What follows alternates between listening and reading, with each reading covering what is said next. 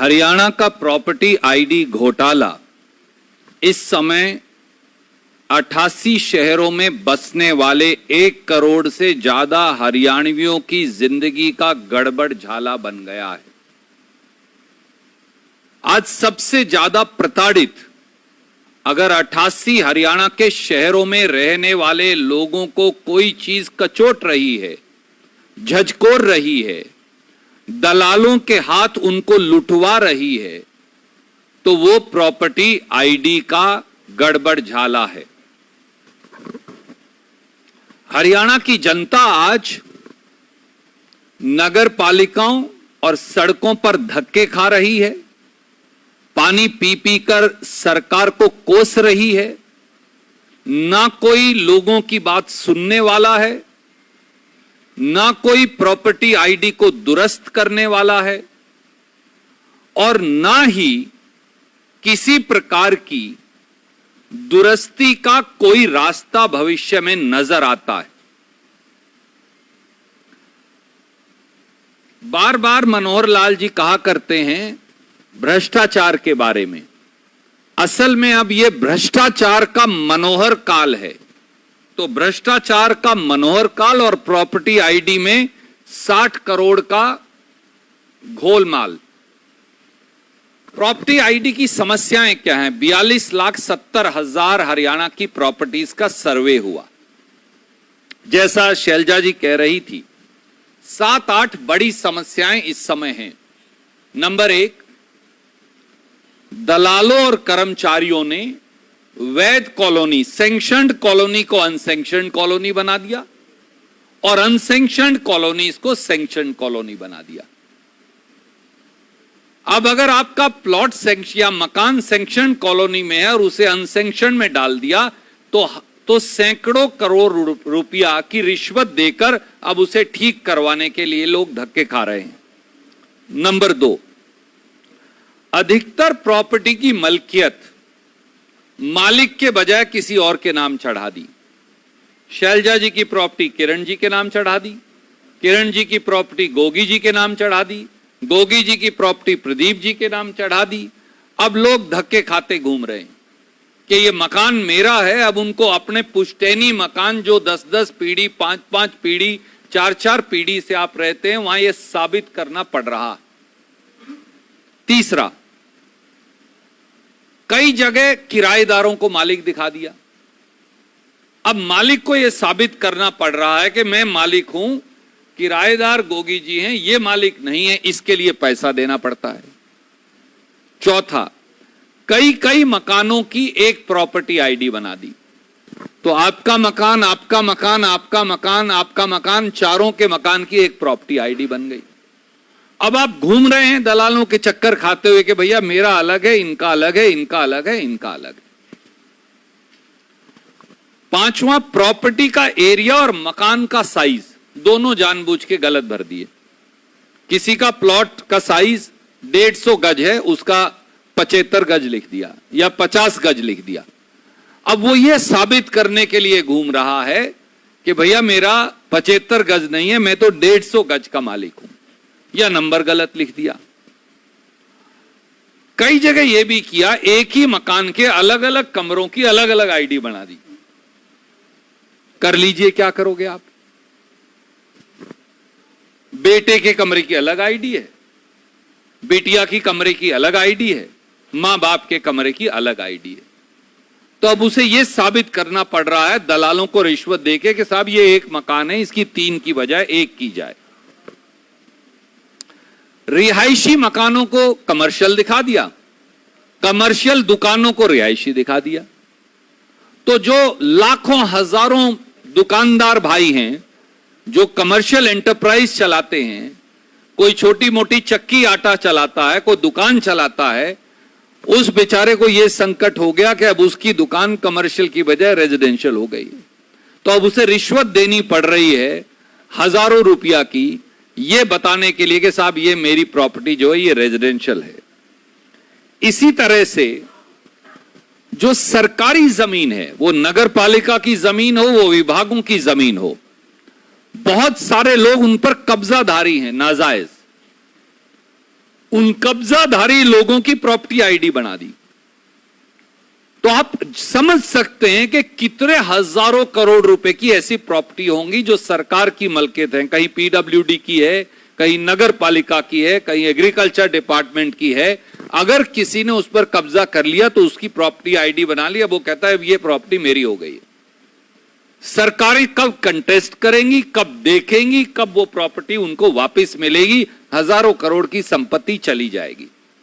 एक ये संकट हुआ है। और इसके साथ साथ एक और यूनिक बात हुई और वो ये, प्रॉपर्टी आईडी के साथ फोन नंबर जुड़ते हैं, उन पे मैसेजिंग आती है करेक्शन के लिए। एक जिले का फोन नंबर दूसरे जिले, महेंद्रगढ़ वाला भिवानी में जोड़ दिया, भिवानी वाला सरसा में जोड़ दिया, अगले को मैसेज ही नहीं आ रहा। अब वो अपने फोन नंबर दुरुस्त करवाने के लिए चक्कर काट रहा है और हजारों रुपए की रिश्वत भी दे रहा है। खट्टर सरकार ने कानून भी बदला था, नो ड्यूज अनिवार्य कर दिया था, आपको पता ही है।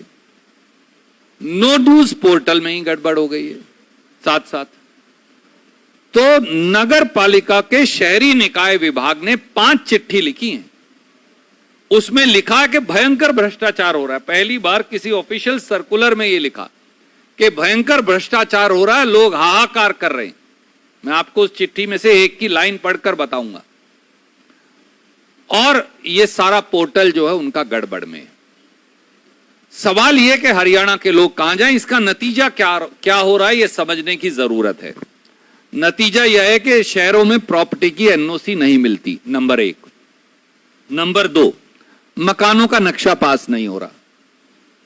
नंबर 3, प्रॉपर्टी की रजिस्ट्री, लीज, किरायानामा कुछ नहीं कर पा रहे। नंबर 4, प्रॉपर्टी की विरासत नहीं हो रही। किसी के मां बाप की डेथ हो गई, बच्चों के पास प्रॉपर्टी जानी है, विरासत हो ही नहीं पा रही। नंबर 5, प्रॉपर्टी पर बैंक लोन पास नहीं हो रहे। गरीब आदमी जब मकान बनाता है तो पहले प्लॉट को रहन रख दिया, उस पे कर्जा लिया, कर्जा लेके मकान बना लिया, अब लोन नहीं ले सकते आप। नंबर 6, बकाया जो प्रॉपर्टी टैक्स है वो देने पर अब 100% छूट की स्कीम आई है। जब मेरा आईडी नहीं है तो छूट कहां से मिलेगी। नंबर 7, जो बकाया प्रॉपर्टी टैक्स है वो कोई दे ही नहीं सकता। आप आज अपने प्रॉपर्टी का टैक्स भरने जाओ, आपकी आईडी नहीं है तो टैक्स ही नहीं भरवा रहे। सरकार को भी हजारों सैकड़ों करोड़ रुपए का चूना लगने लग रहा है। तो सच्चाई यह है साथियों कि 13 अगस्त 2019 को वो याशी कंपनी जिसकी चर्चा शैलजा जी ने की, उनके साथ एग्रीमेंट हुआ। उस एग्रीमेंट की कॉपी भी हम आपको भेज रहे हैं जिसकी चर्चा शैलजा जी ने आपसे की। उस एग्रीमेंट के मुताबिक 4 महीने में यह काम पूरा होना था, यानी 12 दिसंबर 2019 तक। यह काम 10 एक्सटेंशन दे ली, आज तक पूरा नहीं हो लिया। हम 2023 की जुलाई में हैं। अब जो काम 4 महीने में पूरा हो जाना चाहिए था। तो 88 शहरों में 42,70,000 प्रॉपर्टी का सर्वे हुआ, 85% गलत है। और सरकार को ही नहीं पता कि कितनी गलतियां हैं। उसके 2 उदाहरण हैं। डॉक्टर कमल गुप्ता ने 17 दिसंबर 2022 को, जो शहरी निकाय मंत्री हैं, कहा कि 15.5 लाख गलतियां हैं। 42,70,000 में 15.5 लाख गलतियां। खट्टर साहब ने 7 जुलाई 2023 को कहा 8 लाख गलतियां हैं। अब मंत्री मुख्यमंत्री को दोनों को ही पता नहीं तो लोग कहां ऐसी तैसी करवाएंगे। उन बेचारों का क्या होने वाला है। और इसके 3 बड़े महत्वपूर्ण पहलू और हैं, और मैं किरण जी से अनुरोध करूंगा कि वो उनको आपके समक्ष रखेंगी। धन्यवाद शैलजा जी। रणदीप सुरजेवाला जी, डिटेल के अंदर सारी बात आपके सामने रखी है। सच्चाई ये है कि हरियाणा सरकार जो है आज के दिन पूरी तरह से हरियाणा को एक प्रयोगशाला इन्होंने बना लिया है। अलग अलग किस्म से पोर्टल खोल रहे हैं, जो आधे पोर्टल चलते नहीं हैं, काम नहीं करते हैं। लोगों को जो है इतनी परेशानियां झेलनी पड़ रही हैं कि जो आज तक जो है कभी ऐसा हालात लोगों के हो ही नहीं है। गांव के अंदर जब हम दौरा करते हैं, मैंने देखा लोग आके बताते हैं कि जी अब एक आदमी परिवार का निर्धारित कर दिया गया है, वो थैला लेकर कागजों का वो इधर से उधर सारा घूमता है, जैसे शैलजा जी ने और अभी रणदीप जी ने बताया विस्तार से कि इतनी जबरदस्त परेशानियां लोगों को झेलनी पड़ रही हैं कि उनको समझ ही नहीं आ रहा कि इससे निजात किस तरह से उनको मिले। यहाँ पर जो है प्रॉपर्टी आईडी, जो एक तरफ तो प्रॉपर्टी आईडी जो घोटाला इतना जबरदस्त चल रहा है और दूसरी तरफ जो है सरकार पूरी तरह से सोई हुई है, आंखें मूंद के बैठी हुई है। अब किस लिए बैठी हुई है ये पूछना आपका काम है। अब आपको मैं बताना चाहती हूँ कि टेंडर एग्रीमेंट का क्लॉज 40.2.1 के मुताबिक पूरे प्रॉपर्टी आईडी सर्वे का लगातार निगरानी के लिए डायरेक्टर लोकल बॉडीज की अध्यक्षता में प्रोजेक्ट मॉनिटरिंग कमेटी का गठन किया गया था, जिसे हर 15 दिन में प्रॉपर्टी आईडी सर्वे की दुरुस्ती जांच करने के लिए कहा गया और पूरे प्रोजेक्ट के वर्क शेड्यूल को भी मॉनिटरिंग की जिम्मेवारी भी दी गई थी। इसी प्रकार टेंडर एग्रीमेंट जो था उसका जो क्लॉज है 40.2.2 के मुताबिक स्टीयरिंग कमेटी का गठन हुआ, जिसे प्रॉपर्टी आईडी प्रोजेक्ट के खत्म होने तक सारी जिम्मेवारी का निर्वहन करना था। तो ये सारा का सारा क्लॉज के अंदर पूरी तरह से निर्धारित करा हुआ है, बड़ा स्पष्ट तरीके से लिखा हुआ है। सच्चाई क्या है? सच्चाई ये है कि जैसे बताया अभी कि ये याशी कंपनी जिसको ये ठेका दिया गया है, पता नहीं किसके चहेते हैं ये, कि उन्होंने पूरी तरह से मन मर्जी से गलत तरीके से जो है सर्वे किया और ना तो सरकार ने कोई मॉनिटरिंग करी, ना कोई अधिकारियों ने कोई मॉनिटरिंग करी और ना किसी ने कोई भी किसी तरह की जिम्मेवारी निभाई और 1 करोड़ जनता जो है उसको भ्रष्टाचार के जो है भेंट जो है वो चढ़ा दिया। इसकी जिम्मेदारी कौन लेगा? सच्चाई ये है कि विधानसभा में भी जब ये कॉलिंग अटेंशन मोशन मैंने लगाया था, उस समय माननीय मुख्यमंत्री जी ने स्वयं खड़े होकर ये बात कही थी कि हाँ इसमें अनियमितताएं हैं और उसमें हम जांच कर रहे हैं। ये बात आपको याद होगी है, जब हमारा मार्च का जब अभी सेशन हुआ था उस समय ये बात थी और उन्होंने खुद ये माना सदन पटल पर। लेकिन आज तक ना जाने क्या जो है परेशानियां हैं या क्या दबाव है या क्या चक्कर है, आज तक इसके ऊपर कोई किसी तरह से कार्रवाई नहीं करी गई है। ये जो है इसको बल्कि हंसी की मजाक मैं तो समझती हूँ कि क्लीन चिट और इसको दे दिए कि मंत्री जो हैं, जो निकाय मंत्री जो हैं कमल गुप्ता जी, वो जो है वो इनको क्लीन चिट दे रहे हैं और सारा का सारा ठीकरा जो है वो अधिकारियों के ऊपर फोड़ा जा रहा है। सच्चाई में जो है ये प्रॉपर्टी आईडी का जो है रैंडम जांच जो है वो करनी थी नगर निगमों में, नगर परिषदों में और नगर पालिकों के अधिकारियों के द्वारा और इसका सही होने का सर्टिफिकेट जो है वो दिया जाना था। इसी के आधार पे गुपचुप ना तो ये सही हुआ ना देखा गया, गुपचुप तरीके से सरकारी खजाने से ये जो ठेकेदार कंपनी है इसको 60 करोड़ रुपया का भुगतान भी हो गया। जब मुख्यमंत्री माननीय मुख्यमंत्री जी खुद सदन में मान रहे हैं कि अनियमितताएं हैं और गुपचुप तरीके से 60 करोड़ रुपए जो है इनको दे दिया जाता है और जो है मंत्री जो हैं वो पूरी तरह से क्लीन चिट कहते हैं और कह रहे हैं कि कोई भी गड़बड़ियां जो हुई हैं वो कंपनी ने नहीं करी हैं, वो अधिकारियों ने करी हैं। तो मैं पूछना चाहती हूँ कि जो सरकार जीरो टॉलरेंस की बात करती है, जीरो टॉलरेंस से अपना पीठ थपथपाती है, ये जीरो टॉलरेंस इनका सामने आ गया है। भ्रष्टाचार, व्यापक भ्रष्टाचार जो है आज हरियाणा के अंदर हो रहा है और किस तरह से जनता, आम जनता के साथ खिलवाड़ हो रहा है, भाई से भाई को लड़ाया जा रहा है। क्योंकि प्रॉपर्टीज का जिस तरह से रणदीप जी ने बताया कि किस तरह से किसके नाम कहाँ चला गया, क्या नहीं हुआ, झगड़े शुरू हो गए। लोग हमारे पास आते हैं, जी ऐसे हो रहा है, ऐसे हो रहा है, इसको ठीक करवाओ। ठीक कैसे करवाएं? क्योंकि जो है इनके जो सर्वर भी हैं, पोर्टल्स इतने खोल दिए हैं, वो सर्वर जो हैं वो आधे टाइम काम करते हैं, नहीं करते हैं। चंडीगढ़ के अंदर सारे निर्धारित हैं। तो ना तो जो है ब्लैकलिस्ट करा गया इस कंपनी को, ना कोई एफआईआर जो है वो दर्ज करी गई है और मिली भगत करने वाले सब अधिकारियों के ऊपर कोई एफआईआर अभी तक नहीं हुई है। जब मंत्री जी कह रहे हैं कि ये अधिकारियों पे ठीकरा फोड़ रहे हैं, तो उनके ऊपर भी कोई एफआईआर दर्ज नहीं हुई है। ये हिंदुस्तान के इतिहास में मेरे ख्याल में पहला वाक्य है जहां खुद मंत्री जी जो हैं ठेकेदार कंपनी को क्लीन चिट दे रहे हैं और ठेकेदार कंपनी की गलतियों का ठीकरा जो है वो सरकारी जो है कर्मचारियों के ऊपर फोड़ा जा रहा है। प्रॉपर्टी आईडी सर्वे में भयंकर गलतियां और घोटालों की वजह से, जैसे रणदीप जी ने कहा, प्रॉपर्टी टैक्स रिकवर नहीं हो पा रहा। अब क्या है, सबसे बड़ी त्रासदी मैं समझती हूँ इसके अंदर ये है कि जिस दिन 42.70 लाख शहरी प्रॉपर्टीज का प्रॉपर्टी टैक्स बिल जारी होंगे, उस दिन ना तो मलकियत सही होगी, ना लैंड यूज सही होगा, ना प्लॉट एरिया सही होगा, ना ही सैंक्शनड और अनसैंक्शनड कॉलोनी का अंतर होगा। और इसलिए प्रॉपर्टी बिल इशू जो है जब किए जाएंगे तो टैक्स कैसे दिया जाएगा। तो सच्चाई के अंदर कितनी जबरदस्त चपेट जो है हमारे खजाने को ये सरकार लगा रही है, ये आलम इनका है। पूरी तरह से व्यवस्था इनके पास है ही नहीं। भ्रष्टाचार तो है पर व्यवस्था प्रबंधन भी पूरा खराब है।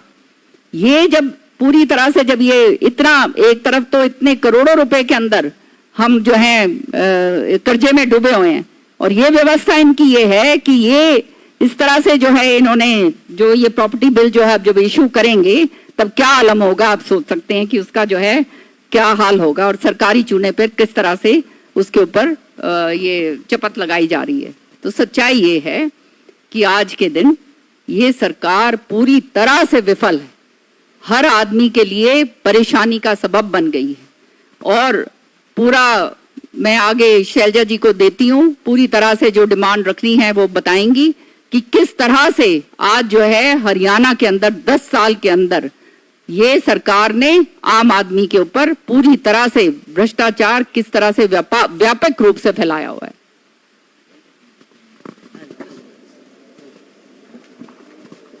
कोई कुछ करना, आप गोगी जी, प्रदीप जी कुछ करना चाहेंगे? हाँ, कुछ ऐड करना चाहेंगे? आप कह रहे थे ना, अभी थोड़ी देर पहले बता रहे थे गोगी जी कि जी पानी की भी बात जरूर करना। जो पिछले एक साल में 3 बार वाटर रेट्स बदले गए हैं, बढ़ाए गए, और 20% वाटर रेट बढ़ा दिए गए हैं पिछले एक साल में। कभी फ्लैट रेट कर देते हैं, कभी कुछ कर देते हैं। तो ये भी एक चपत ही समझो जो शहर के लोगों पर डाली जा रही है सरकार द्वारा।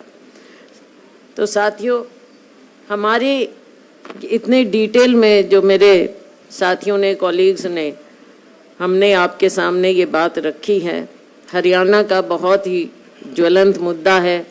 हम समय समय पर इन मुद्दों को आपके बीच पहले भी हमने उठाया, बेरोज़गारी का मुद्दा उठाया आपके बीच में, और फिर हमने एक पदयात्रा भी की हज़ारों स्टूडेंट्स के साथ। आज हम आपके सामने ये मुद्दा लेकर आए हैं जो शहर के लोगों को त्रस्त कर रहा है और हरियाणा में लोगों को किस तरह से दर दर भटकने को मजबूर कर रहा है। इन सब बातों को देखते हुए हम डिमांड करते हैं कि हरियाणा सरकार से कि नंबर 1, याशी कंपनी का टेंडर कैंसिल करना चाहिए। सबसे पहले इनका टेंडर कैंसिल करें, जो कि प्रावधान था और इन्होंने लागू नहीं किया। नंबर 2, 60 करोड़ रुपए की रिकवरी होनी चाहिए। जो 60 करोड़ रुपए की पेमेंट बिना चेक के, चेक मेरा मतलब लिखित चेक नहीं, लेकिन बिना उसकी इंक्वायरी वेरिफिकेशन के जो उनको 60 करोड़ रुपया भुगतान कर दिया है, उसकी रिकवरी हो। साथ में इन पर पेनल्टी लगाई जाए और साथ साथ इनको ब्लैक लिस्ट भी किया जाए। ये हमारी दूसरी डिमांड है। तीसरी डिमांड है कि याशी कंपनी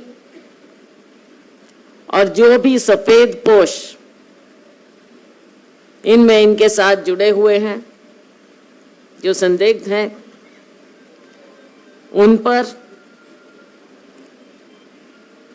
पॉलिटिकल लोग उन पर और अधिकारियों पर एफआईआर दर्ज होना चाहिए तुरंत प्रभाव से। ये कैसा हो रहा है कि सबको मालूम है, कहा जा रहा है कि ये सब त्रुटियां भी हैं, गलतियां भी हैं, और उसके बावजूद कोई एक्शन नहीं हो रहा। हमारी चौथी डिमांड है कि जो ये हरियाणा के शहर वासियों पर इतना बड़ा ये बोझ डाल दिया है, सर्वे करके गलत, जो उनको हर चीज में गलतियां पाई गई, जैसा मेरे साथियों ने बताया डिटेल में। हमारी डिमांड है कि ये सारा सर्वे जो है ये फर्जी सर्वे है, इसको तुरंत प्रभाव से स्क्रैप करें, और जो लोगों के कामकाज हैं, चाहे उनको अपनी प्रॉपर्टी ट्रांसफर करनी है, रजिस्ट्रेशन है, तरह तरह के जो काम है रुके हुए हैं, उन्हें तुरंत शुरू किया जाए। और पांचवी डिमांड, क्योंकि साथियों इस सरकार पर हमें भरोसा, हमें क्या किसी को भी नागरिक को भरोसा नहीं रहा। भरोसा होता कि जब ये पता लगते ही पहले तो गलत होने नहीं देते, हो गया तो तुरंत कुछ एक्शन होना चाहिए था। लेकिन यह सरकार आज तक हाथ पर हाथ धरकर बैठी, और जहां इतने बड़े बड़े लोगों के नाम आ रहे हैं, बयान आ रहे हैं, साफ पता लग रहा है कि अधिकारियों से लेकर सफेद पोशों सबके बीच में कहीं ना कहीं मिली भगत नजर आती है। केवल 60 करोड़ की बात नहीं, 60 करोड़ सिर्फ एक चीज है, वो एक कंपनी को जो सरकार ने पेमेंट की है, केवल उतनी बात। लेकिन जो उसके अलावा आप सोच सकते हैं कि भ्रष्टाचार में लोगों का कितना पैसा गया, लोगों से जो मैं तो समझूंगी एक्सटॉर्शन हुई है, ये भी एक बहुत बड़ा मुद्दा है। तो इसलिए हमारी डिमांड है कि हाई कोर्ट के सिटिंग जज के निगरानी में इसकी इंक्वायरी हो। छोटी मोटी डिपार्टमेंटल इंक्वायरियों से कुछ होना नहीं है। जब 88 शहरों की बात है, न जाने कितने अफसर हैं इसमें, कितने दूसरे लोग हैं, तो ये छोटी मोटी डिपार्टमेंटल इंक्वायरी से इसमें कुछ निकलने वाला नहीं है। हमने पहले भी देखा है, जब से ये सरकार बनी है, इंक्वायरी पर इंक्वायरी कही जाती हैं, लेकिन किसी बात का कोई नतीजा कभी निकला नहीं। करनाल में ही खुद कितना बड़ा घोटाला हुआ था, कुछ नहीं। रजिस्ट्रेशन घोटाला, कुछ नहीं। शराब घोटाला, कुछ नहीं। किसी घोटाले का आज तक कोई अंजाम नहीं आया। इसलिए हमारी डिमांड है कि हाई कोर्ट के सिटिंग जज की निगरानी में, और अगर ये सरकार सच्चे मायने में दिखाना चाहती है कि ये भ्रष्टाचार के खिलाफ हैं, तो इनको ये डिमांड माननी चाहिए और हाई कोर्ट के सिटिंग जज की निगरानी में एक इंक्वायरी बिठाना चाहिए। ये हमारी डिमांड है। बहुत बहुत धन्यवाद। Any questions? You're welcome to ask.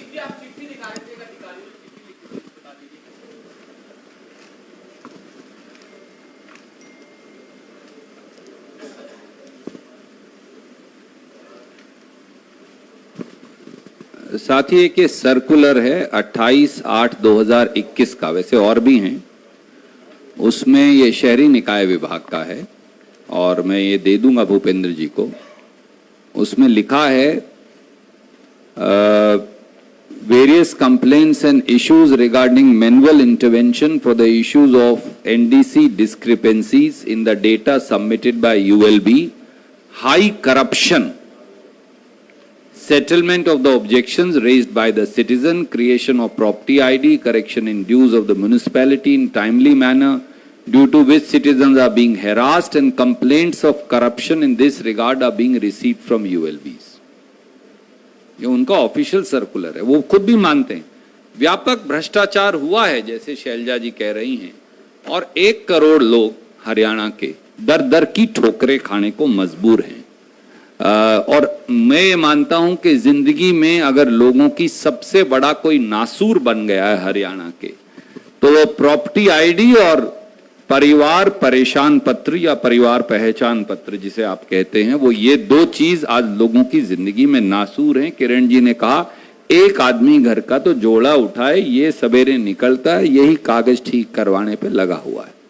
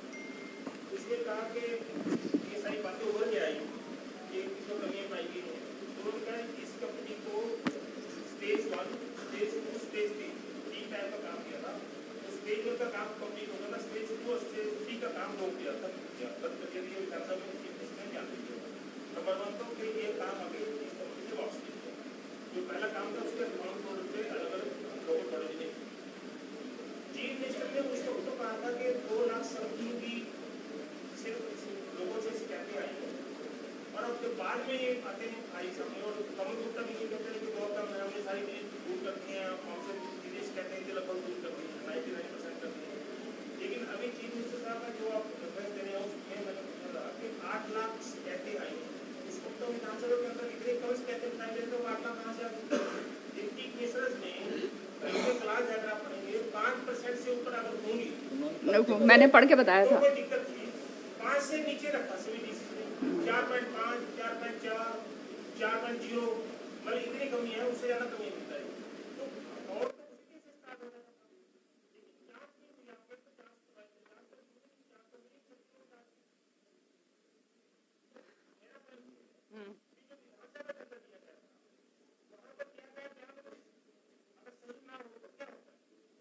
सदन पटल के ऊपर जो बात कही जाती है वो पूरे वो दे दो मेरे को, है ना? हाँ हाँ। सदन पटल पे आप जानते हैं ये ध्यानाकर्षण प्रस्ताव मैंने रखा था, और जब ये जवाब मिला था, और सदन पटल के ऊपर जो जवाब अगर दे दिया जाता है तो वो पूरी तरह से मान्यता होती है उसकी।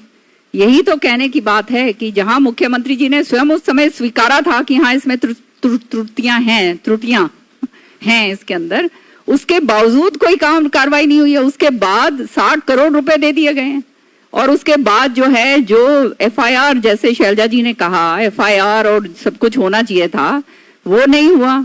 आपके एक एक्टिविस्ट हैं PP कपूर साहब, उन्होंने लोकायुक्त को शिकायत दी हुई है, सारा कुछ उन्होंने डिटेल के अंदर उन्होंने डाला हुआ है, उसके बावजूद कुछ नहीं हो रहा है। तो आप जानते हैं ये जीरो टॉलरेंस वाली सरकार जो है, ये तो खाली बात करने वाले लोग हैं। असलियत के अंदर आज के दिन हरियाणा के अंदर व्यापक घोटाले पे घोटाले हो रहे हैं। और ये सच्चाई ये है कि ये जब सदन पटल पे जो चीज बोली जाती है अगर वो पूरी नहीं होती है तो ये जो है उसके अंदर उसके ऊपर कार्रवाई करी जा सकती है, लेकिन सरकार तो इनकी है। क्यों कर सकते हैं हम? बिल्कुल कर सकते हैं, बिल्कुल बिल्कुल पूरी तरह से।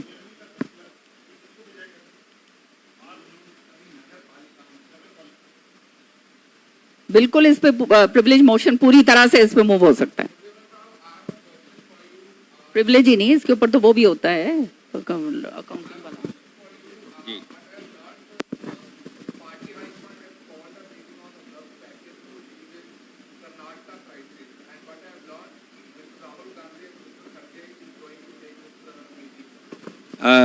My dear friend, this is not the press conference meant for that, and I assure you there is no crisis. We have a strength of 138 legislators, which is unprecedented. Khadge Sahab, Shri Rahul Gandhi ji continue to meet various people, and I don't think so today is the forum or the day to answer that.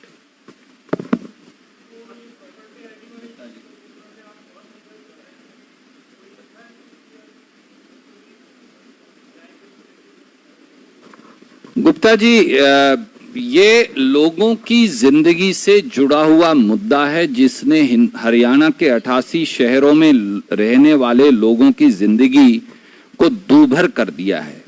सांस लेना, जिंदगी जीना। आप बताइए, अगर किसी व्यक्ति की पुश्तैनी संपत्ति है और उसके पास उसका रजिस्ट्रेशन आज नहीं है, प्रॉपर्टी आईडी आपने किसी और के नाम कर दी, तो आज वो दर दर की ठोकरें खाने और दलालों के दरवाजे पर दस्तखत देने पर मजबूर है लाखों रुपए की रिश्वत देने को मजबूर है कि उसके बाप दादा की संपत्ति की प्रॉपर्टी आईडी उसके नाम हो जाए। यह हरियाणा के शहरों की समस्या है। वाकई में यह जन आंदोलन है और उस जन आंदोलन में कांग्रेस पार्टी और हम सब अपनी अपनी आहुति डालेंगे, ये स्वाभाविक है। और हमने जैसा कहा था, हम जन आंदोलन के मुद्दे आपके समक्ष रखते रहेंगे ताकि उसे जमीनी स्तर पर फिर एक आंदोलन के रूप में क्रियान्वयन किया जा सके। सीईटी और भर्ती का मामला हमने उठाया और आप देखिए कि पूरी कांग्रेस पार्टी ने उस पर आंदोलन किया। अलग अलग जगह एक चिलचिलाती धूप में हजारों बच्चों ने यात्रा की, हमने भी उनके साथ अपने कदम बढ़ाए। स्वाभाविक है, इसे भी जन आंदोलन का रूप दिया जाएगा पार्टी के द्वारा।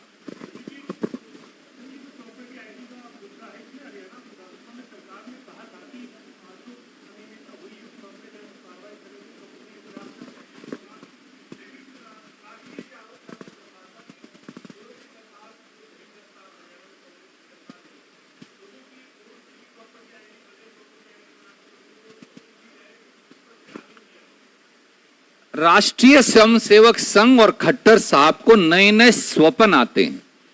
हरियाणा में किसने कहा था प्रॉपर्टी आईडी के लिए? हरियाणा के तो किसी व्यक्ति ने मांग नहीं की। फिर भी आप प्रॉपर्टी आईडी बनाना चाहते हैं, बनाइए, पर क्या वो भ्रष्टाचार का अड्डा बन सकती है? क्या वो पूरे हरियाणा के करोड़ों लोगों को, 88 शहरों में रहने वाले लोगों को लाइनों में खड़ा कर दलालों के दरवाजों पर दस्तखत देने को मजबूर कर सकती है? क्या वो लोगों को पानी पी पी कर खट्टर सरकार को कोसने के लिए की ड्योढ़ी पर लाकर खड़ा कर सकती है? क्या सुनवाई के नाम पर धक्के और भ्रष्टाचार की भेंट चढ़ा सकती है? ये सब खट्टर साहब ने किया। इसीलिए तो मैंने कहा, भ्रष्टाचार का मनोहर काल और प्रॉपर्टी आईडी में 60 करोड़ का गोलमाल, यही वास्तविकता है।